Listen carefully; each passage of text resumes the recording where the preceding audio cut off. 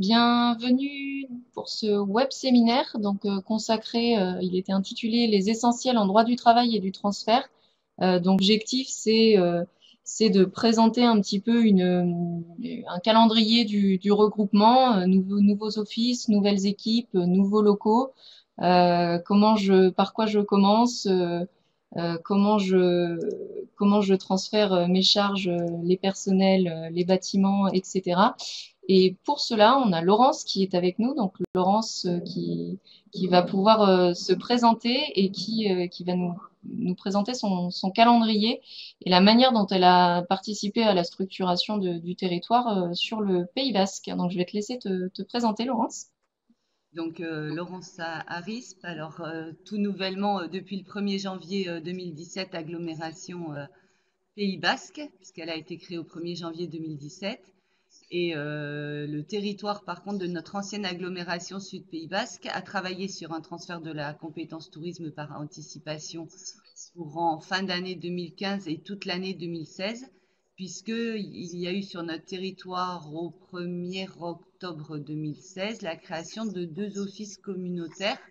Donc l'office communautaire du Pays de Saint-Jean-de-Luz qui regroupait 11 communes de notre territoire et 9 offices du tourisme, et l'office communautaire distinct selon la dérogation de l'article 68 de la loi NOTRe, Andaille sur notre territoire.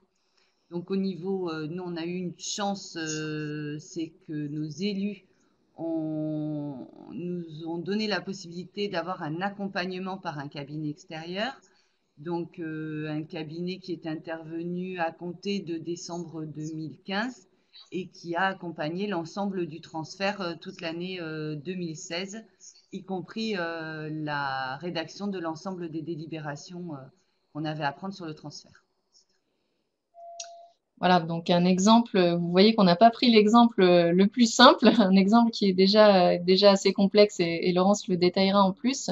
Mais le fait d'avoir anticipé permet d'avoir un témoignage aujourd'hui sur un calendrier qui a pris le temps d'être construit et un transfert qui a pris le temps de s'effectuer. Voilà, on va faire un petit point sur le déroulement de ce web séminaire. Donc, on en a pour 1 heure jusqu'à midi à peu près. Donc, on va faire un petit point de contexte au début pour rappeler les enjeux et surtout où on en est à ce jour du 15 février par rapport à la loi NOTRe et à sa mise en application. Et ensuite, on verra la checklist de transition, donc en plusieurs points. Donc la première sur les missions, la seconde sur les personnels et la troisième sur les charges. Donc et là, Laurence nous fera part de son témoignage et on en profitera pour faire des petits points réglementaires et cadrage juridique à cette occasion. Voilà, le web séminaire est enregistré, donc il sera disponible sur notre chaîne YouTube d'ici quelques jours et la présentation sera également accessible. Voilà, vous pourrez tout retrouver sur le site de la Mona. Donc on va démarrer avec un petit point de contexte. On est le 15 février, donc ça fait 1 mois et demi que la loi NOTRe est entrée en vigueur et que la compétence promotion du tourisme, dont la création d'offices de tourisme, a été transférée des communes aux EPCI. Donc un petit rappel sur les missions concernées, donc l'accueil, l'information, la promotion, la coordination, donc les missions régaliennes de l'office de tourisme ont été transférées à minima, ce qui veut dire que les communes ne peuvent plus aujourd'hui financer ces missions et que tout a été transféré automatiquement aux EPCI. La création d'un office de tourisme, c'est toujours pas obligatoire. Il y a bien le don dans l'intitulé de la loi NOTRe, mais la promotion du tourisme est une compétence obligatoire des EPCI, qui est libre ensuite d'organiser la compétence et son exercice comme il le souhaite sur son territoire. Il y a un deuxième impact de la réforme territoriale sur notre organisation touristique au niveau national, c'est la fusion d'EPCI.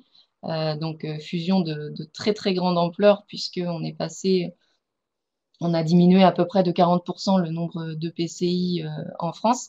Ici en Nouvelle-Aquitaine, on est à peu près sur ces chiffres aussi.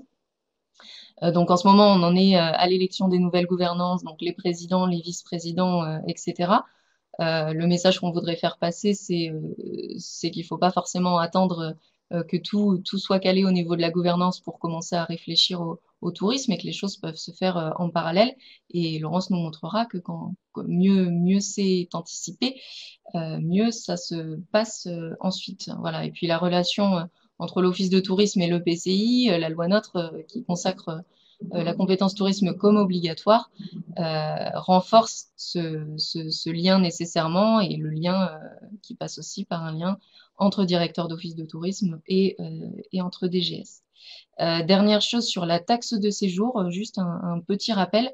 Il va y avoir une inégalité de perception sur certains territoires, puisque par exemple, deux EPCI qui fusionnent, un la percevait, l'autre ne la percevait pas. Les préfectures ont fait remonter qu'il y aurait une tolérance pour 2017, sachant qu'on est déjà en février, que la délibération doit être prise avant le 1er octobre 2017. Donc l'idée, c'est de commencer à travailler dès à présent sur l'harmonisation de la perception afin que ça se passe dans les meilleures conditions possibles pour 2018, pour ces nouveaux territoires. Voilà, j'ai dit tout à l'heure que la compétence avait été transférée aux EPCI, sauf pour les quelques cas de dérogation. Donc l'article 68 de la loi NOTRe avait laissé la possibilité à certaines stations classées de garder un office de tourisme sur leur territoire, office de tourisme qui serait pourtant communautaire mais à compétence communale. Certaines stations classées ont activé cette dérogation. Et la deuxième dérogation est arrivée avec la loi NOTRe à la toute fin d'année, vraiment in extremis, fin décembre. Et donc, sont concernés 4 types de stations qui ont pu, elles, garder pleinement la compétence tourisme et l'office de tourisme qui va avec. Donc, sont concernées les stations classées de tourisme, les communes touristiques qui ont déposé un dossier de classement en station avec accusé de réception, enfin, avec accusé de complétude du dossier, les communes touristiques qui n'ont pas déposé ce dossier mais ont délibéré dans l'intention de le faire, et enfin les communes touristiques qui ont délibéré dans l'intention de déposer un dossier de classement de l'office en catégorie 1, puis un dossier de classement en station de tourisme. Donc il y a plusieurs stations et communes touristiques qui ont délibéré en ce sens avant le 1er janvier. En Aquitaine, on a 15 stations sur les 66 qui ont souhaité garder leur office de tourisme communal, ce qui prouve quand même que la logique communautaire a eu un fort impact et que beaucoup ont préféré jouer le jeu du collectif sur ce coup-là. Voilà un petit contexte. Aujourd'hui, 1266 EPCI en France, 152 en Nouvelle-Aquitaine et environ 150 offices de tourisme contre 280 l'année dernière, donc d'ici la fin de l'année 2017. Donc une réduction assez importante. Et à ce jour, donc 4 cas de figure, ceux qui sont déjà regroupés, ceux qui viennent de se structurer au 1er janvier, ceux qui sont en cours de fusion et ceux qui commencent tout juste à se demander quelles vont être les prochaines étapes. Donc Laurence va nous présenter son calendrier et il faut garder à l'esprit que chacun pourra l'adapter en fonction du stade auquel il en est et que évidemment on n'est pas obligé de tout prendre dans cet ordre-là puisque les contextes sont vraiment très différents d'un territoire à l'autre. Voilà, je vais passer la parole à Laurence qui va nous présenter cette checklist de transition. Il va y avoir 3 parties et à la fin de chaque partie, on va faire des questions-réponses pour éviter d'avoir vraiment toutes les questions et réponses à la fin. Donc vous pouvez, via le module de conversation, poser vos questions, on les note et on reviendra dessus à la fin de chaque partie. Voilà. Laurence, c'est à toi et n'hésitez pas de nous dire s'il y a des problèmes de son ou de visuel, etc. Alors, c'est un petit peu particulier puisqu'on a bien anticipé. Donc, on a un calendrier qui s'est déroulé à peu près sur 9 mois. Comme j'ai dit, on peut parler de janvier à octobre, puisque la première réunion de lancement de cet accompagnement a été organisée le 7 janvier 2016 pour les élus et les maires de la communauté d'agglomération Sud-Pays Basque, et qu'à cette même date, en suivant de cette réunion, ont été réunis l'ensemble des personnels de tous les offices de tourisme qui étaient impactés par ces transferts de compétences. Donc, comme vous voyez, dès le début du projet, le personnel des offices du tourisme a été informé et du lancement et des avancées et du calendrier. Donc, c'est vrai qu'on a eu cette chance-là avec nos élus. Euh, un autre point qui a été important et qui a été imposé par le cabinet qui nous a accompagnés, c'est que le cabinet a exigé à chaque étape une validation précise des élus. Donc, je vais vous dérouler la façon dont ça s'est passé. Mais si on commence par la première thématique qui était la définition des missions, puisqu'on est bien parti de la définition des missions qui étaient liées au tourisme, à la fois un diagnostic sur toutes les missions qu'exerçaient les différentes structures institutionnelles sur notre territoire, euh, des missions qui pouvaient relever du communal, de celles qui allaient relever du communautaire. Et il s'agit des missions en dehors des missions obligatoires qui sont l'accueil, l'information, la promotion, la coordination et l'animation des acteurs. Il était important prioritairement que les élus puissent dire, voilà, la nouvelle structure communautaire prendra telle et telle mission.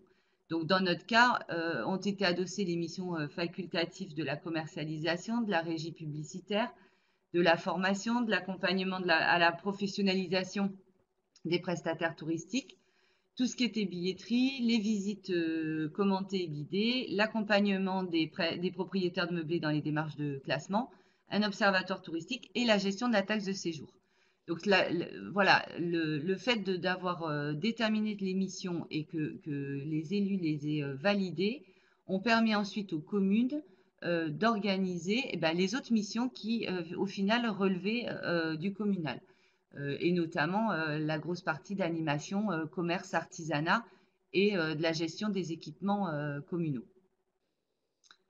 Donc une fois que ces missions étaient validées, cela a permis au cabinet d'établir un premier organigramme fonctionnel, sachant que cet organigramme fonctionnel a été proposé après que chaque personnel des offices du tourisme qui relevait des missions du futur office communautaire ait été reçu par le cabinet pendant 1 heure sur la base d'un questionnaire. Donc c'était un entretien qui était anonyme dans le sens où le cabinet ne divulguait aucun retour des personnels, ni aux élus, ni aux directeurs des structures.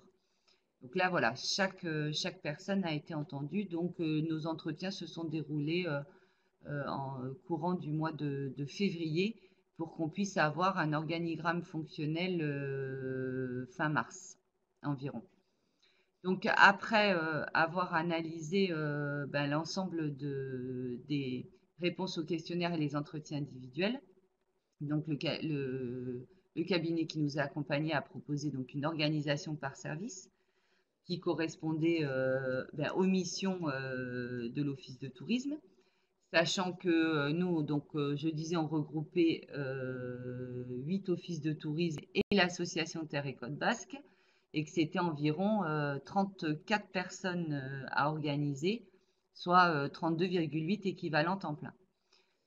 Donc l'organigramme fonctionnel avec donc par service avec une proposition du cabinet sur 4 grands services en dehors de la direction générale évidemment, un service administratif, finance, comptabilité, gestion du personnel, perception de la taxe de séjour, le gros service accueil et information, un service regroupant marketing, promotion, commercialisation et un service coordination et animation des prestataires. Donc ça, c'était la préconisation du cabinet, avec dans chaque service les différentes sous-services, entre guillemets.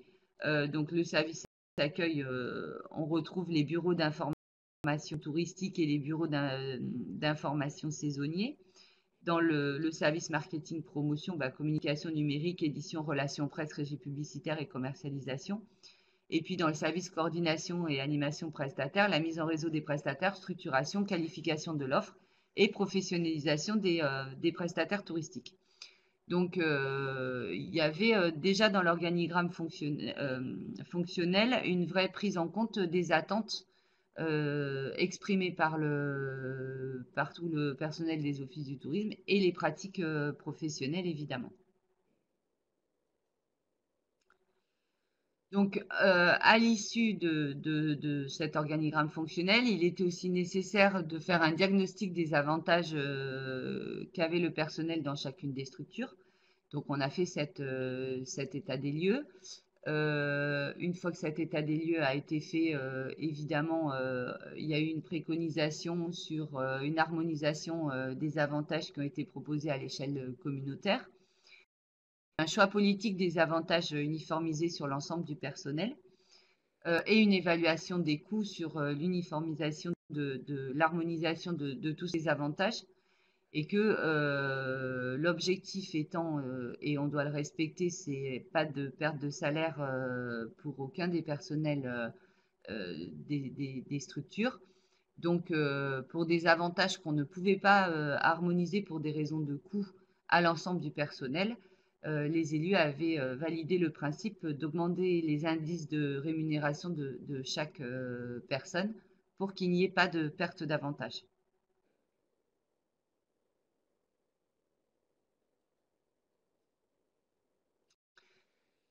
Donc ensuite, il y a eu donc une réunion avec l'ensemble du personnel de toutes les structures pour leur présenter l'organigramme fonctionnel, pour aussi évidemment leur indiquer que la direction générale de ce futur office de tourisme communautaire était donnée à donc Isabelle Forger, qui est donc l'ancienne directrice de l'office de tourisme de Saint-Jean-de-Luz, qui est donc directrice générale de l'Office du tourisme communautaire du pays de Saint-Jean-de-Luz, et qui a gardé aussi pour un certain temps la direction de la structure locale qui gère à Saint-Jean-de-Luz l'animation, le commerce, l'artisanat et les événements.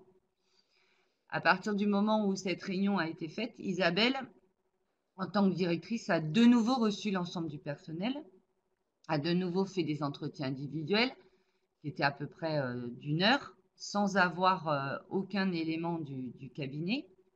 Donc là aussi, elle a fait ses entretiens sur la base d'un questionnaire, avec notamment demandant l'émission de chacun, et puis surtout les souhaits.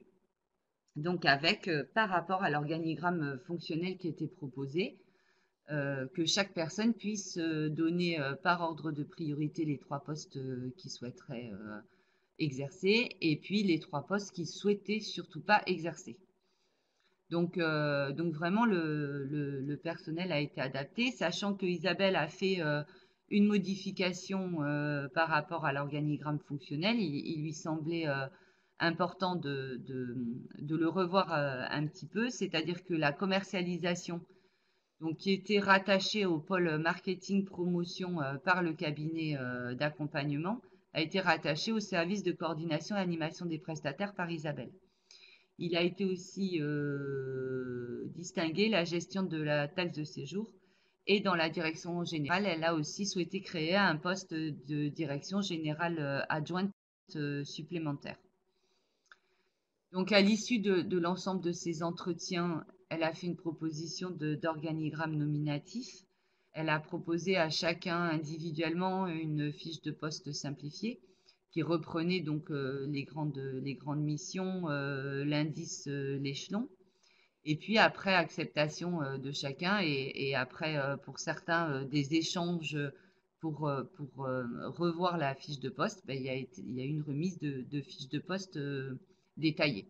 Donc là déjà on est à peu près au mois d'août à ce moment-là, hein, puisque le temps que tous les entretiens se fassent, on avait déjà débuté la saison et donc effectivement Isabelle s'est laissé un petit laps de temps pour organiser le futur office de tourisme communautaire. Donc, Laurence, les étapes qui ont été prévues par les cabinets ont été refaites en interne par vous pour que ce soit mieux approprié, en fait. Vous vous êtes pas contenté de prendre exactement ce qu'avait proposé le cabinet, mais ça a été refait pour comparer les deux méthodes, en fait. Voilà,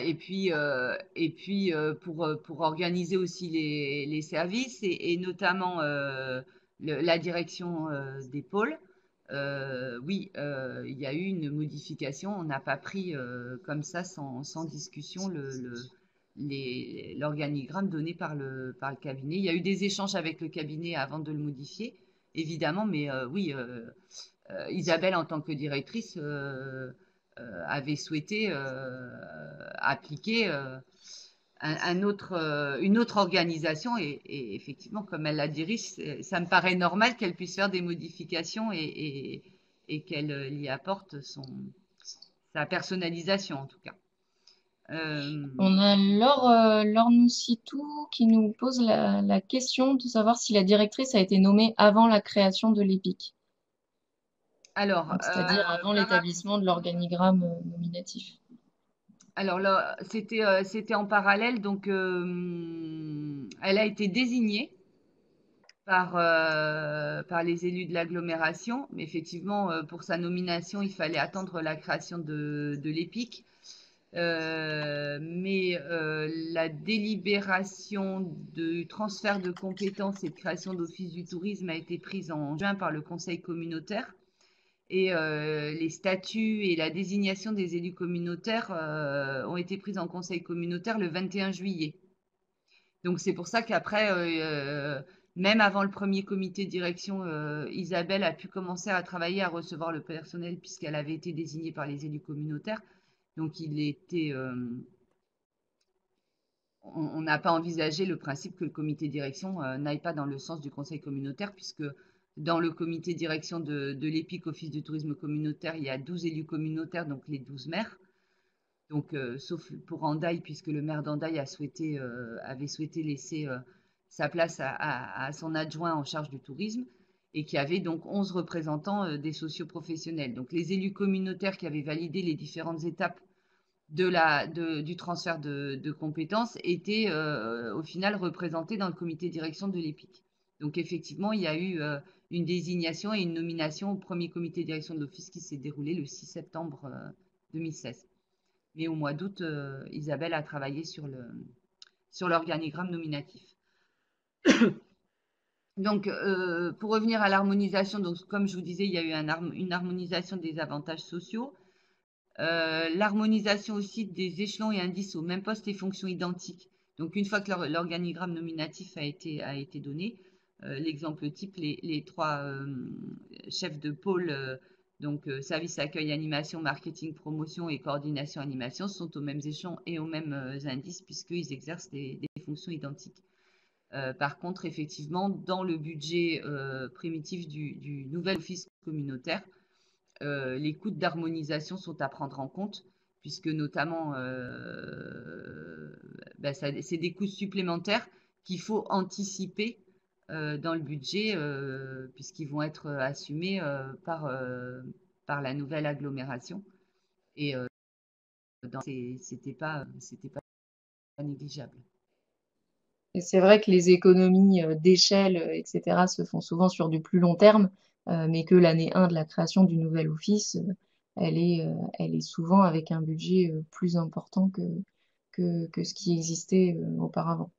On a Emmanuel Tricoire qui nous pose la question de savoir si le choix des avantages uniformisés s'est fait sur une base légale ou librement. Il me semble qu'il y a une distinction à faire entre les avantages collectifs et les avantages individuels.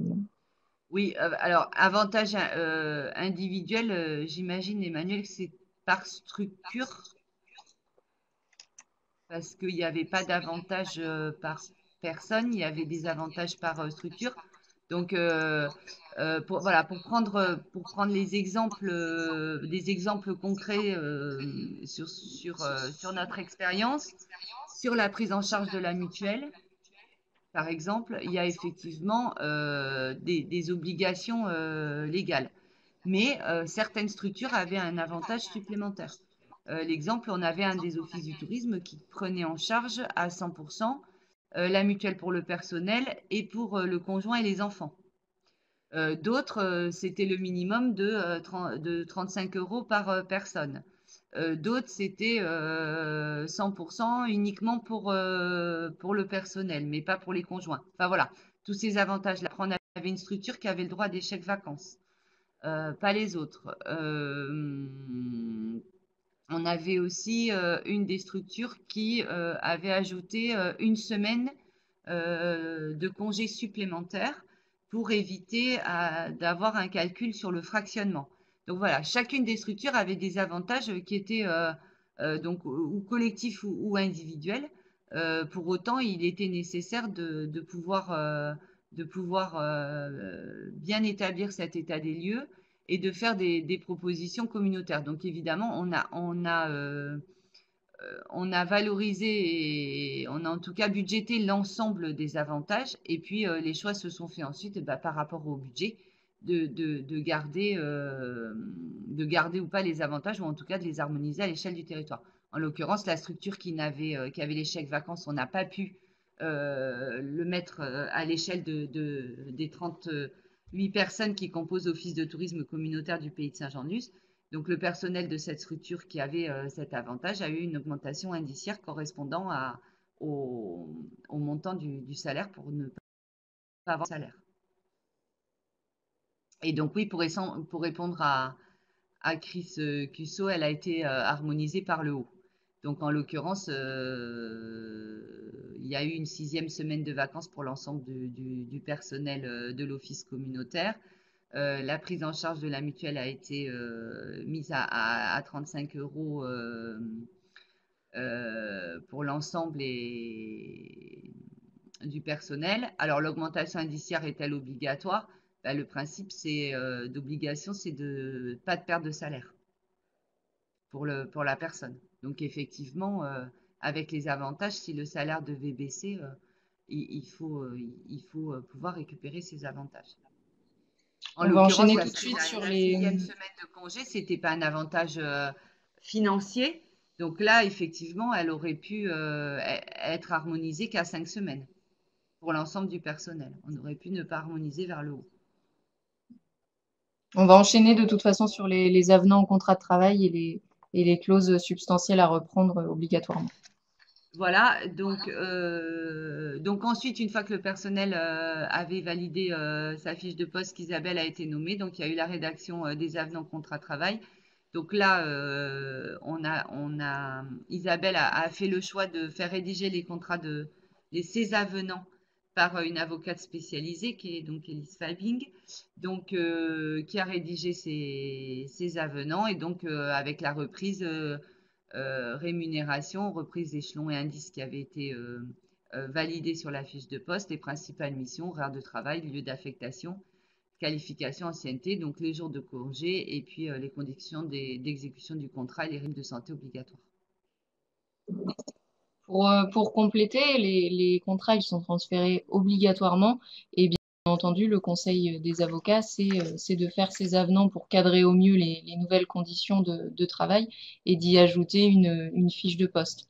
Alors, si ça a été fait euh, dans l'autre sens, c'est-à-dire que les transferts des contrats ont été faits, mais que l'organigramme n'est pas encore en place, les avocats nous préconisent tout de même de faire le plus vite possible ces avenants, quitte à y joindre plus tard une fiche de poste vraiment précise avec les nouvelles missions. Mais voilà, le conseil, c'est toujours de cadrer au mieux pour éviter tout risque de contentieux ensuite. Donc ensuite, on avait le cas ou de mise à disposition, notamment, comme je vous ai dit qu'il était important prioritairement de définir les missions, on avait du personnel dans les structures qui exerçaient des missions qui n'étaient pas uniquement les missions transférées à l'office communautaire et donc qui devaient être attachés pour mi-temps sur deux structures, donc à la fois l'office communautaire et la structure locale qui était créée pour gérer les missions qui n'étaient pas communautaires. Donc, dans ce cas de figure, le choix a été laissé à chacun d'être salarié d'une des structures pour être mis à disposition de la deuxième. Après, effectivement, n'ont pas été transférés dans l'office communautaire. Le personnel qui d'ores et déjà exerçait uniquement des missions qui n'étaient pas transférés. Exemple, le personnel qui gérait uniquement de l'animation, effectivement, ou qui s'occupait du commerce, était automatiquement rattaché à la structure locale. Mais il a été quand même chaque fois proposé à l'ensemble des salariés de pouvoir être transféré sur l'office communautaire sur une des missions du tourisme ou de rester à la structure locale, même s'il était à 100% affecté à des missions locales. Donc, dans le cadre de la mise à disposition, donc évidemment, il y a une convention de mise à disposition qui est rédigée, qui doit être en délibération donc, ou du comité de direction ou des conseils d'administration de chacune des structures. Donc, l'employeur conserve le lien hiérarchique et gère la situation administrative. Et donc, c'est ensuite la fiche de poste qui cadre l'encadrement hiérarchique dans la seconde structure. Donc, sachant que la mise à disposition est une durée de 2 ans maximum. Donc ensuite, en fonction de la disposition, évidemment, il y a une refacturation à l'employeur du salaire chargé, sauf frais de déplacement et de mission qui sont d'ores et déjà, enfin, qui sont pris directement par chacune des structures. Après, il peut y avoir aussi dans le cadre des EPIC l'obligation d'ajouter de la TVA à cette refacturation, en fonction des missions exercées par le personnel.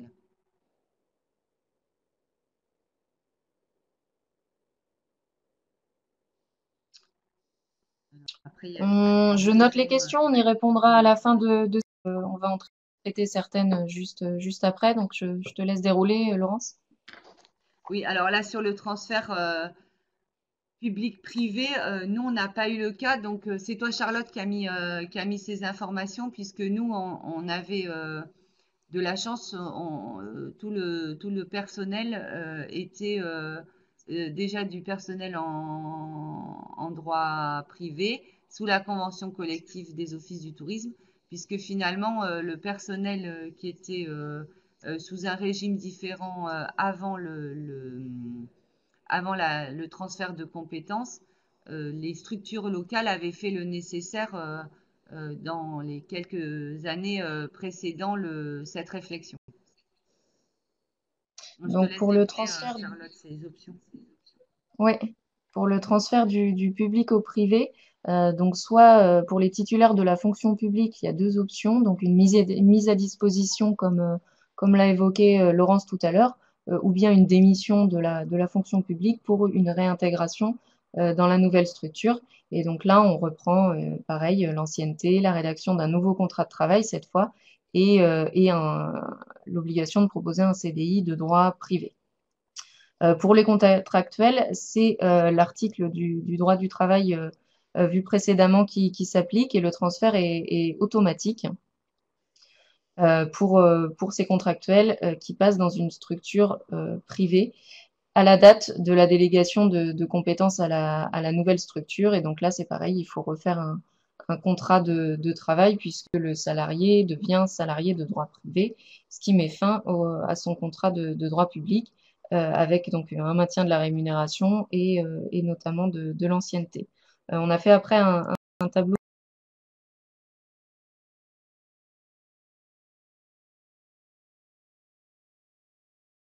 qui récapitule les particuliers, le cadre juridique qui s'applique. Donc pour la plupart, c'est l'article L 1224.1 du Code du travail et 1224.3.1 du Code du travail qui dit que lorsque l'employeur change, le contrat est repris avec les clauses dont Laurence a parlé tout à l'heure. Pour ce qui est du transfert du privé au public, c'est selon le contrat, donc un CDD ou de contractuel de la fonction publique ou un CDI de la fonction publique qui sera proposé. Et cette fois, on définira l'échelon et l'indice en fonction de la grille applicable dans la fonction publique. Voilà, donc ce tableau, il présente pas mal de cas de figure. Après, c'est vrai que c'est au cas par cas. Laurence peut nous apporter le témoignage sur les cas qu'elle a connus et on répète encore une fois qu'il est toujours mieux d'avoir l'avis d'un avocat ou d'un cabinet d'accompagnement pour ce type de cas vraiment spécifique. Oui, enfin, c'est pour ça on est dans le transfert et puis après qu'on a fait appel donc à une avocate spécialisée pour la rédaction alors des contrats de droit public notamment pour la directrice et puis les avenants au contrat et les conventions de mise à disposition aussi. On a pas mal de questions qui se posent. On va peut-être faire un petit point avant de faire la checklist. Donc, on a une question sur les contrats des anciens directeurs qui étaient en CDD de droit public, qui ne sont plus directeurs d'EPIC. Alors, la question, c'est est-ce qu'ils doivent être transférés en CDI Ça, dans je peux pas répondre, hein. la nouvelle structure? Prend le tableau, là, on a directeur d'EPIC à un nouvel EPIC. Euh, alors, je suis en train de regarder. Si Oui, c'était c'est un ça, on a un CDD directeur de... d'EPIC en CDD de 3 ans. S'il passe sur un format juridique associatif, il est en CDI droit privé. Et s'il reste sur un EPIC, S'il reste sur un EPIC, s'il est en CDD, a priori, là dans le tableau, c'est CDD 3 ans. Et s'il était en CDI, il reste en CDI. hmm. Et s'il n'est pas directeur, après, c'est la question n'est pas forcément traitée dans ce tableau. On va peut-être compléter en On, demandant. ouais, on pourra peut-être compléter après ce qui était préconisé notamment dans les notes juridiques d'OTF sur les anciens directeurs qui ne sont plus directeurs dans les nouveaux offices de tourisme, c'est qu'il leur soit proposé un poste qui corresponde aux responsabilités et aux grades qu'ils avaient dans leur précédent poste, sur des postes de direction adjointe ou sur des postes de responsable de pôle, mais là-dessus, on n'a pas vraiment de cadres et de règles très spécifiques. La question suivante, donc, c'est les clauses substantielles doivent obligatoirement être identiques. Pouvons-nous revoir le lieu de travail, par exemple, ou l'annualisation du temps de travail? Alors attendez, je vais relire la question. C'est Donc, est-ce que les clauses substantielles doivent être obligatoirement identiques? Est-ce que sur le contrat qui est repris, on peut changer le lieu de travail ou l'annualisation du temps de travail? Alors nous, ça a été le cas puisque effectivement, on a du personnel qui a bougé de bureaux d'accueil touristique ou qui est passé sur des fonctions que l'on pourrait qualifier de support sur du marketing, de la promotion ou autre. Donc effectivement, ce personnel, une fois qu'il a accepté la fiche de poste et dans la fiche de poste qui était proposée, le lieu de travail était indiqué. Et donc effectivement, pour certaines personnes, le lieu de travail a changé, mais c'était avec l'accord du personnel de prendre ce nouveau poste et de réaliser cette mission dans à cette nouvelle, ce nouveau lieu. Après, sur du personnel aussi qui est tournant, il est nécessaire d'indiquer le lieu de travail entre guillemets principal. En C'est-à-dire l'occurrence, que la conservation, le remplacement, des choses comme ça, quoi. les indemnités de déplacement, elles sont calculées à partir du lieu de travail Travail. habituel. Oui. La question suivante, c'est pour le personnel qui passe de droit privé à droit public. Qu'en est-il? Avons-nous des statuts pendant dans le public? Donc ça, il me semble qu'on l'a traité juste là. Donc ça, Si il n'y a pas l'employeur change, de, ouais, il y a pas de statut correspondant. La on peut se base référer à la grille indiciaire. ouais, voilà, il n'y a pas de grille indiciaire correspondante entre le droit privé et le droit public. Donc après, c'est par rapport à l'employeur public, il faut effectivement négocier ben, évidemment la non-perte de salaire, la reprise de l'ancienneté, la reprise des avantages aussi sociaux. Par exemple, l'employeur public, il n'y a pas forcément de participation à la mutuelle ou peut-être pas de mutuelle. En tout cas, il faut bien lister tous ces avantages dans le contrat de droit privé pour que l'employeur de droit public puisse ensuite vous faire une proposition correspondant au grade, aux indices et aux échelons de la fonction publique. Alors, on a une remarque comme quoi, à notre connaissance, il n'y a pas de grille correspondant à nos métiers. C'est vrai que c'est assez difficile de trouver les métiers très spécifiques du domaine du tourisme, de trouver une équivalence dans la fonction publique. C'est un peu le problème des régies, justement.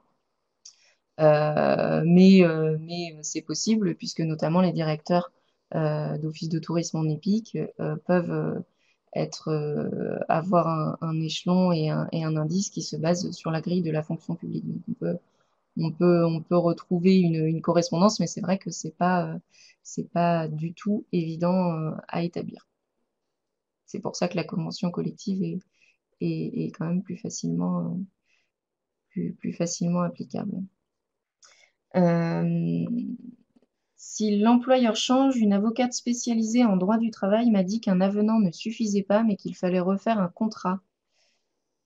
Nous, dans notre cas, non, l'employeur a changé, parce que c'est l'Office de tourisme communautaire du Pays de Saint-Jean-de-Luz et que les avenants suffisaient. Voilà. Un cabinet d'accompagnement nous a dit ensuite que pour les avantages sociaux, il n'y avait pas d'obligation d'harmonisation des avantages, qu'ils pouvaient être conservés comme des acquis de l'histoire. Le passé salarial apparaîtrait dans l'indemnité différentielle. Oui, il y a pas effectivement d'obligation d'harmonisation. Après, c'est un choix de nos élus communautaires d'harmoniser les avantages pour l'ensemble du personnel qui appartient maintenant à une seule et même structure. Mais c'est pas obligatoire, effectivement. Ça a été vraiment un choix de nos élus. Ensuite, l'harmonisation peut être, chez vous, elle a été faite directement. On peut se dire que sur certaines structures, elle se fera sur du plus long terme parce que c'est vrai que ça engendre des charges supplémentaires. Ensuite, c'est vraiment un choix à la fois politique et à la fois de management pour gérer une équipe derrière avec des échelons différents, quoi. C'est pas Et forcément avec des évident. avantages différents pour associer à chaque personne. Mais il y a une Alors, assiette budgétaire, voilà, ça c'est sûr. le personnel qui a basculé en régie est même sur plusieurs grilles. Animation, patrimoine, est-ce possible? Alors Alors, dans le nous, on n'avait pas de personnel en régie. Nous, on a du personnel. Alors, en l'occurrence, pas de l'animation, parce que l'animation, le personnel a intégré la structure locale à 100%. Nous, sur de la mise à disposition ou des temps partagés, il s'agit donc de la direction, de la comptabilité. On a ensuite une mise à disposition d'une de nos collègues qui était rattachée aux missions d'accueil et de visite guidée de l'office communautaire, mais qui a été mise à disposition complètement d'un syndicat de la baie dans le cadre des villes d'art et d'histoire. Mais on n'a pas de cas de personnel en régie qui était sur plusieurs missions. Alors, dans les offices de tourisme de droit privé, euh, on peut faire appel pour une seule entreprise, pour une seule structure, on peut activer qu'une seule convention collective. Il faut que tout le monde ait la même. C'est d'ailleurs pour ça que certains EPIC ont été divisés en deux, un qui gère la partie tourisme, un qui gère la partie commerce ou animation, donc comme c'est le cas aussi. Après, pour ce qui est de la fonction publique, je ne sais pas s'il peut y avoir plusieurs grilles, mais je suppose que oui. Après, c'est vraiment à vérifier. Peut-être on vérifiera, on apportera un complément dans les questions-réponses qui seront mises en ligne ou on vous enverra un mail pour vous confirmer. La dernière question, donc, c'est pour le transfert du privé vers le public. Nous avons une mission que l'OT ne souhaite plus assurer, l'entretien de sentiers de randonnée qui va à la Comcom. Le DGS me dit que le salarié, s'il accepte d'être transféré à la Comcom, aura le choix entre un CDI de droit public ou d'être intégré comme agent de la fonction publique comme stagiaire la première année et titularisé au bout d'un an. Oui, Alors, je effectivement, te il peut laisse avoir un répondre. CDI public au moment du transfert de compétences. Alors, pour ce qui est de l'intégration comme agent public, je ne sais pas. Je suppose que si c'est un DGS qui le dit, c'est il doit le savoir. Stagiaire la première année, titularisé au bout d'un an. On pourra apporter des compléments de réponse, mais je suppose que ça doit être possible. Et la dernière question, donc pour le lieu de travail principal, si déplacement vers un autre lieu de travail inhabituel, vous calculez aussi le temps de trajet comme temps de travail? Alors oui, ça fait partie de la convention collective. Le temps de trajet fait partie du temps de travail à partir du moment où le salarié ne se déplace pas vers son lieu de travail habituel. On est d'accord, Laurence? Oui, Isabelle, c'est ça. Ensuite, le temps légal de réflexion pour acceptation de l'avenant et fiche de poste par le personnel est de 30 jours. Est-ce que l'on confirme? Alors, on n'a pas forcément respecté ce temps légal, mais il n'y a pas eu non plus de délai imposé de temps de réflexion. Enfin, ça s'est vraiment fait assez naturellement. Isabelle a reçu chacun, donc s'était engagée à elle dans les délais de remise de fiches de poste entre guillemets simplifiés. Donc, elle a demandé à chacun de faire un retour assez rapidement pour pouvoir ensuite constituer l'équipe et refaire des modifications en fonction des choix de chacun. Mais effectivement, nous, on n'a pas respecté les délais, le délai des 30 jours, mais ça s'est fait plutôt en harmonie avec l'ensemble du personnel. D'accord. On a Laure qui nous confirme qu'il est possible d'intégrer personnel comme agent de la fonction publique, comme stagiaire la première année et titularisé au bout d'un an, en catégorie C, elle nous précise, à vérifier le maintien de salaire. Mais elle nous confirme que c'est possible. Alors, c'était tout pour les questions. S'il y en a d'autres, on y reviendra tout à la fin. Et puis, on va enchaîner sur la checklist. Donc, la checklist de Laurence, les différentes étapes qui ont été réalisées. Donc, ils peuvent bien évidemment se prendre dans un sens différent suivant l'état d'avancée de la structure. Donc, je te laisse dérouler ça, Laurence. Donc, le rappel, donc la définition des missions, ce qui est prioritaire évidemment dans l'organisation. Donc, l'état des lieux au niveau du personnel, avantages et autres. Donc, un organigramme fonctionnel, puis un organigramme nominatif. Et ensuite, donc, le travail sur l'harmonisation des avantages échelon indice. Et puis, rédaction fiche de poste et avenant au contrat de travail une fois que les fiches de poste sont acceptées.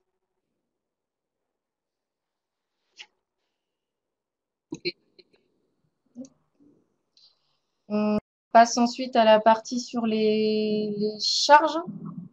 Sur le transfert Alors, donc, de Laurence, charges, donc évidemment, transfert de compétences indique un transfert de charges, puisque il faut une neutralité financière dans les budgets des communes comme dans les budgets des EPCI.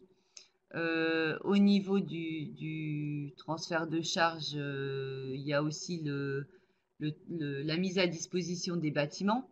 Donc, ben, nous, on a travaillé sur le transfert de charge en avril, mai, juin, donc à la fois avec les maires des communes et les DGS et les responsables des structures office de tourisme puisqu'il faut un état très précis des budgets. Donc nous, l'année de référence a été l'année précédant le transfert de charge. Donc au niveau... alors attends, je vais juste revenir sur le bâtiment. Donc il faut identifier les mètres carrés qui sont dédiés à la compétence des missions qui sont transférées, d'où l'importance bah, de bien choisir les missions. Et puis, les mètres carrés sont valorisés dans le transfert de charge. Donc, nous, la préconisation du cabinet, c'était de prendre le tarif qui était proposé par OTF, qui était de 1100 euros le mètre carré amorti sur 25 ans. C'est la proposition qu'on a fait à nos élus. C'est la proposition qui a été acceptée par les élus communautaires avec deux dérogations sur des communes qui venaient de refaire leurs offices de tourisme et qui ont souhaité qu'on prenne en compte les investissements réels. Et puis ensuite, pour la mise à disposition des bâtiments, donc effectivement, il y a des doubles délibérations. Il y a un procès verbal de la commune avec une délibération de l'EPCI. Et ensuite, il y a une délibération de l'EPCI qui met à disposition de l'Office de tourisme communautaire le bâtiment. Et donc la convention de mise à disposition doit être délibérée et par le conseil communautaire et par le comité de direction, le conseil d'administration de l'office de tourisme. Donc principe de neutralité, j'ai dit. Donc effectivement, le calcul dans le transfert de charges concerne uniquement les charges qui sont réglées par les communes et pas les charges qui sont déjà intégrées dans le budget des offices du tourisme, puisque si elles sont déjà intégrées automatiquement, elles sont reprises par l'office communautaire. Donc elles sont évaluées à partir de coûts réels. Et puis donc il y a la commission locale d'évaluation des charges transférées qui doit se réunir de l'agglomération pour valider à la fois les périodes de référence, à la fois les méthodes de calcul qui ont été utilisées dans les transferts de charges et valider l'ensemble des données de transfert de charges. Et là aussi, il y a la nécessité de délibérer sur le transfert de charges et les nouvelles attributions de compensation, d'abord par les communes. Les communes ont 3 mois pour délibérer et ensuite, en dernier lieu, une délibération du conseil communautaire sur l'ensemble des nouvelles attributions de compensation. Donc les éléments qui sont pris en compte pour les offices associatifs, alors ça dépend pour les recettes de taxes de séjour, si la taxe de séjour est communautaire ou pas, ou elle le devient ou pas, et si la structure juridique est un EPIC ou pas, puisqu'il y a un reversement obligatoire ou pas de la taxe de séjour. Et donc, si on prend les recettes de la taxe de séjour, on a obligatoirement la valorisation de la charge administrative communale, puisque c'est les communes qui ont jusque-là en charge la taxe de séjour, sauf dans notre cas, deux structures avaient déjà la gestion de la taxe de séjour et donc il n'y a pas eu de valorisation de charges administratives.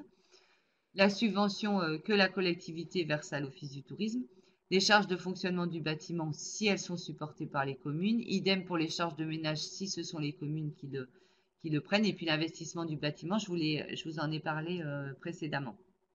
Pour les EPIC, il y a l'investissement du bâtiment et la subvention complémentaire de la collectivité uniquement, pas de recettes de taxes de séjour, puisque les recettes de taxes de séjour sont déjà dans les budgets des EPIC, puisque automatiquement la loi impose le versement de la taxe de séjour à l'EPIC. Donc ensuite, le devenir des anciennes structures, bah, effectivement, la dissolution n'est pas obligatoire. Donc ça, c'est une décision de chacune des communes en fonction des missions qui restent à l'échelle locale. Donc il y a la possibilité d'une dissolution si l'ensemble des missions réalisés par l'ancien office sont repris par l'office communautaire, ou tout simplement si la commune veut réorganiser les autres missions par elle-même sans une structure, avec transfert de l'actif et passif. Donc là aussi au niveau des transferts, donc où c'est prévu dans les statuts, et là la question ne se pose pas, donc transfert donc, ou à la commune ou à un office communautaire, ou si rien n'est mentionné dans les statuts, ben, ce sont les membres qui définissent l'attribution de dissolution lorsqu'ils désignent le liquidateur au moment de l'Assemblée générale extraordinaire de liquidation. L'autre possibilité, bah, c'est de modifier les statuts et l'objet de l'ancienne structure, donc garder la structure existante, mais lui faire assurer d'autres missions. Alors, c'est le cas pour au moins 3 structures sur notre territoire, donc 2 associations, et puis l'EPIC, bah, notamment l'ancienne EPIC de Saint-Jean-de-Luz, c'est la structure EPIC réceptacle des missions d'animation, commerce, artisanat et événements. Ensuite, nous, on a eu une demande des communes qui n'étaient pas en capacité de gérer les missions d'animation, que cette mission puisse être exercée encore par le personnel de l'office communautaire. Donc, on a fait des conventions avec ces communes. Et puis, l'office communautaire qui exerce cette mission pour le compte des communes refacture au temps passé la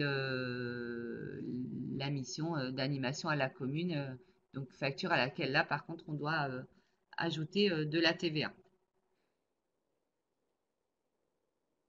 Alors au niveau des contrats de maintenance, des contrats téléphonie, etc., évidemment il y a un état des lieux qui doit être fait sur l'ensemble des contrats. Il faut étudier les possibilités de résiliation pour pouvoir avoir qu'un seul contrat sur l'ensemble de la structure des bureaux d'accueil et autres, notamment de photocopie de téléphonie et autres. En l'occurrence, c'est pas si simple que ça. Les transferts déjà sont parfois assez compliqués et assez longs. Et en tout cas, autrement, donc il y a une reprise des contrats en cours avec pour objectif, nous, dans notre cas, à 1 an ou 2 ans, de pouvoir relancer donc des appels d'offres et de refaire des nouveaux contrats qui intègrent l'ensemble des structures pour pouvoir avoir des coûts qui soient optimisés. Alors c'est vrai que dans un premier temps, bah, comme le disait Charlotte au départ, il n'y a pas d'économie d'échelle au niveau budget, mais une reprise de l'ensemble des budgets. Donc on ne peut pas dire que la première année, la création d'un office communautaire engendrera des demandes de financement à la collectivité inférieures à ce qui était demandé précédemment.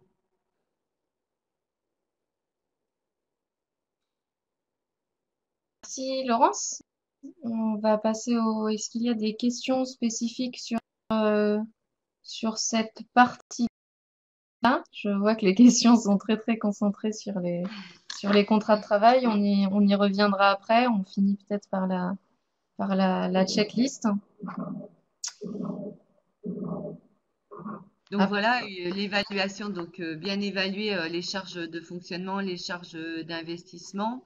Donc effectivement, il y a toutes les délibérations à rédiger, les procès-verbaux de mise à disposition, euh, et puis les organisations à l'échelle locale. Alors après, c'est vrai que c'est très très important le transfert de charges, puisqu'au final, le montant des charges transférées, quand on l'additionne sur l'ensemble des communes qui font partie du territoire, bah, c'est ce montant-là qui revient aussi dans le budget de l'office communautaire comme participation de l'EPCI à l'office. Donc il faut vraiment essayer d'avoir une évaluation au réel, quoi, ni trop haut et ni trop bas, puisque après, c'est des subventions complémentaires qui sont demandées pour équilibrer les budgets. Alors, on a la question de savoir s'il n'y a pas de maintien de mission communale, la dissolution de l'OT est-elle obligatoire avant le transfert? Non. La dissolution des structures existantes, il n'y a aucune obligation avant le transfert. Si je prends le cas de l'association Terre et Côte Basque, qui était en charge des actions mutualisées, les missions de l'association ont été reprises dans l'office communautaire, le personnel de l'association également, et en l'occurrence la procédure de dissolution de l'association. Donc, puisque nous, elle avait plus lieu d'être puisqu'il n'y avait plus aucune mission exercée, a démarré à compter du 31 décembre, elle court toujours et que effectivement le temps de mettre en place les missions à l'échelle communautaire, l'association a exercé certaines de ses missions jusqu'au 31 décembre 2016 et donc on aura à clôturer deux exercices, l'exercice 2016 et l'exercice 2017. Mais après, on n'a pas de délai de dissolution. Puisque nous, l'assemblée de dissolution pour nommer le liquidateur s'est organisée après la création d'office de tourisme communautaire. Et au contraire, même, c'est plutôt conseillé de dissoudre après. Si la création d'une nouvelle structure, il vaut mieux dissoudre après pour prendre le temps de bien effectuer tous les transferts, de résilier les contrats, etc., etc.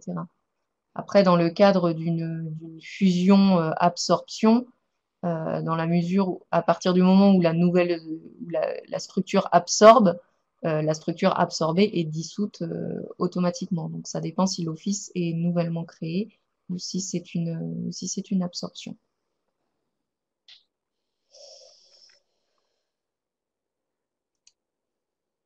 Merci Laurence pour ce témoignage. Juste une petite checklist sous forme de post-it, tes petits conseils à toi pour que la transition se fasse de la meilleure façon possible. Alors, bon, nous, enfin, vraiment, l'accompagnement de cabinets extérieurs, c'était important et ça nous a permis de bien dérouler ce transfert de compétences et au final de relativement respecter les délais calendaires. Impliquer, écouter les personnels, je pense que c'est important pour tout le monde. Donc, dans notre cas, ils ont été impliqués dès le départ, bon, même avant, hein, puisque depuis 2 ans, notre vice-président en charge du tourisme indiquait qu'à terme, il y aurait un regroupement de nos structures. Mais c'est vrai que des réunions à chacune des étapes collectives ont été organisées. Puis après, ils ont été quand même reçus 2 fois individuellement, une fois par le cabinet, une fois par la nouvelle direction. Donc, ils ont pu exprimer leurs souhaits, leurs craintes, leurs attentes, etc. Communiquer et accompagner les élus. Alors, effectivement, nous, pendant toute cette période, on a eu beaucoup d'échanges avec les élus, beaucoup de réunions communautaires. On a fait des réunions aussi individuelles, à la fois sur le regroupement, sur les missions, sur les transferts de charges. On a aussi beaucoup travaillé avec les directeurs généraux des services pour leur expliquer la démarche et sur le transfert de charges. Et puis après, évidemment, il faut prioriser. Et puis, l'Office de tourisme communautaire du pays de Saint-Jean-de-Luz a été créé le 1er octobre 2016. Et ben après, la création, ça s'ajuste, on adapte et on fait évoluer puisque Isabelle a déjà fait évoluer l'organigramme nominatif 3 fois depuis le 1er octobre. Donc voilà, en fonction de la prise de poste, du personnel, des difficultés rencontrées, effectivement, il va continuer à évoluer et il va pas être figé, en tout cas pas encore avant quelques mois à venir.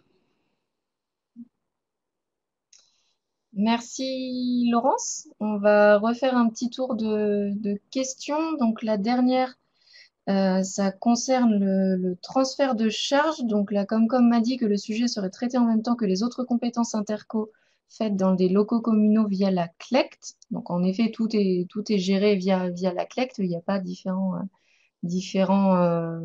modes de transfert de charges. Une référence juridique, ben ça c'est le code général des collectivités territoriales qui organise les modalités dont la collecte est réunie et c'est ensuite cette collecte qui définit les, les modalités de transfert de charges. Tout ça, c'est le code général des collectivités territoriales. Après, J'ai pas l'article de référence en tête. non, après, il y a le principe du Code général des impôts en matière de transfert de charges. Donc, l'article 1609 noni C du Code général des impôts qui, qui indique bien que les dépenses de fonctionnement sont évaluées d'après leur coût réel dans les budgets communaux lors de l'exercice précédent. Et pour répondre aux questions, le coût des dépenses liées à des équipements concernant les compétences transférées, calculé sur la base d'un coût moyen annualisé, ce coût intègre le coût de réalisation ou d'acquisition de l'équipement. L'ensemble de ces dépenses est pris en compte pour une durée normale d'utilisation et ramené à une seule année. Après, je pourrais retrouver, si je le retrouve assez vite, je vais peut-être rechercher les codes qui sont en référence dans nos délibérations. Euh, Alors, je pour vais peut-être pouvoir vous donner les le retrouver références qui ont aussi. été mises sur les mises à disposition des bâtiments. Autrement, je vous les donnerai après pour Dans tous pas. les cas, on va transmettre les questions-réponses, on les mettra en ligne sur le site et on vous enverra un mail pour vous indiquer que tout est en ligne et répondre aux questions spécifiques pour lesquelles on n'a pas pu apporter de réponses très très précises. Je suis juste en train de regarder les articles de référence. Donc, on a l'article. Bon, je pense qu'on vous le transmettra plutôt que de chercher rapidement. En plus, il est midi 7, donc on va se dépêcher. On va juste faire le tour des dernières questions qui avaient été posées. Concernant les contrats de travail, nous ne pouvons pas intégrer la catégorie B directement, n'est-ce pas? Pourtant, on me le propose, mais en étant contractuel. Alors donc si c'est des contrats contractuels de la fonction publique, ça peut être n'importe quelle catégorie en fait, suivant les missions qui sont exercées et le niveau de salaire correspondant à la grille indiciaire de la fonction publique. Après, ça peut être fait aussi en CDI de droit public. Ça dépend du contrat initial, s'il était en CDI ou en CDD. Ensuite, si le salarié refuse la nouvelle fiche de poste, car il y a une modification des missions, que se passe-t-il? Est-ce qu'il y a un licenciement économique ou comment ça se passe? Bah, il y a eu une discussion, nous, voilà, avec individuellement. Donc, au niveau de la fiche de poste simplifiée, il y a effectivement bah, certains de nos collègues qui ont demandé à ne pas exercer les missions qui leur étaient proposées. Enfin, voilà, il y a eu des ajustements et des échanges avec la direction. Enfin, après, nous, on n'a pas eu le cas où on a eu une fiche de poste qui a été complètement refusée, sachant que Isabelle, comme je vous disais, dans son questionnaire individuel, avait mis les trois postes que vous souhaiteriez exercer, trois postes que vous ne souhaiteriez pas exercer, et aucun de nos collègues des offices du tourisme euh, n'exerce actuellement le premier poste qu'il ne souhaitait pas exercer. Alors, je ne sais pas si je me fais bien comprendre, mais en l'occurrence, les attentes ont été prises en compte. Donc, effectivement, dans la priorité de trois postes à ne pas exercer, personne n'a eu le premier. Après, bah, certains ne voulaient pas non plus exercer un deuxième et un troisième. Bon, là, effectivement, il y en a certains à qui on a proposé, il y a eu des ajustements sur le fiche de poste. Mais en l'occurrence, le premier qui ne voulait pas, personne ne l'a eu, quoi. Donc Alors, on peut dire que ça se fait normalement en bonne intelligence et après s'il y a tout litige ou tout contentieux sera réglé en faisant appel à un accompagnement externe en fonction des cas particuliers. On nous confirmait, oui, le contrat en CDI, donc ça se transforme en CDI de la fonction publique. Forcément, on peut pas avoir un contrat en CDI qui se transforme en CDD. Dans les avenants, quand sont évoqués les horaires de travail, est-ce juste l'indication de la durée du travail via le choix d'une modalité de la convention collective ou est-ce le détail des horaires? non, c'est le temps de travail. Pas détail des horaires parce qu'en plus Ça paraît un peu euh, compliqué, il était en notamment pour les discussion professionnels. sur notre territoire. L'objectif étant d'harmoniser les horaires d'ouverture de l'ensemble des bureaux d'accueil touristique. Donc ça se fait au fur et à mesure des trimestres et des échanges qu'a Isabelle avec le pôle d'accueil et d'information. Et puis c'est moins contraignant parce que s'il faut modifier faire un avenant au contrat de travail ou modifier la fiche de poste dès qu'il y a un changement d'horaire, ça paraît un petit peu compliqué. Et On va ensuite, pouvoir mettre les textes sur la mise à disposition des bâtiments, puisque nous, sur la délib, on a les procès-verbaux. Donc, on pourra mettre, je vais peut-être le mettre en direct. Donc, nous, la délibération a fait référence donc, à la loi numéro 99 586 du 12 juillet 1999. On avait également bah, la loi NOTRe, hein, donc la loi numéro 2015-191 du 7 août voilà, 2015. on vous les met en direct et on les mettra dans les questions-réponses qui seront Ah, accessibles sur le site de la MONA.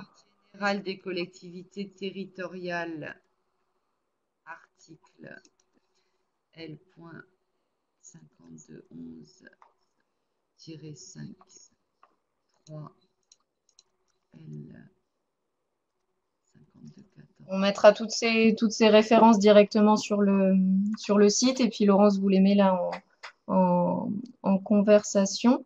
Est-ce qu'il y a des dernières questions? Il est déjà 12h13, on a un petit peu débordé. En tout cas, si vous avez des questions suite à ce web séminaire, vous pouvez nous les envoyer à l'adresse professionnalisation@monatourisme.fr ou vous pouvez consulter notre tout nouveau site Monatourisme. On est en train de mettre à jour et d'actualiser toutes les ressources. Et puis, si vous avez des questions à poser à Laurence, on lui transmettra ou bien vous pouvez la contacter en direct. Vous avez son mail au tout début de la présentation. Voilà, sous quel délai? Sous le délai le plus rapide possible, le temps de tout mettre à jour. Donc, d'ici la fin de semaine, ça devrait être en ligne. Voilà, merci Laurence pour ce témoignage et merci Merci à beaucoup. tous. Et puis à votre disposition hein, pour partager notre expérience et les éléments. Il y a aucun problème. Si vous avez besoin, n'hésitez pas. Merci beaucoup tout le monde. Au revoir et bonne journée. Merci Bonne Laurence. journée. Merci, Charlotte.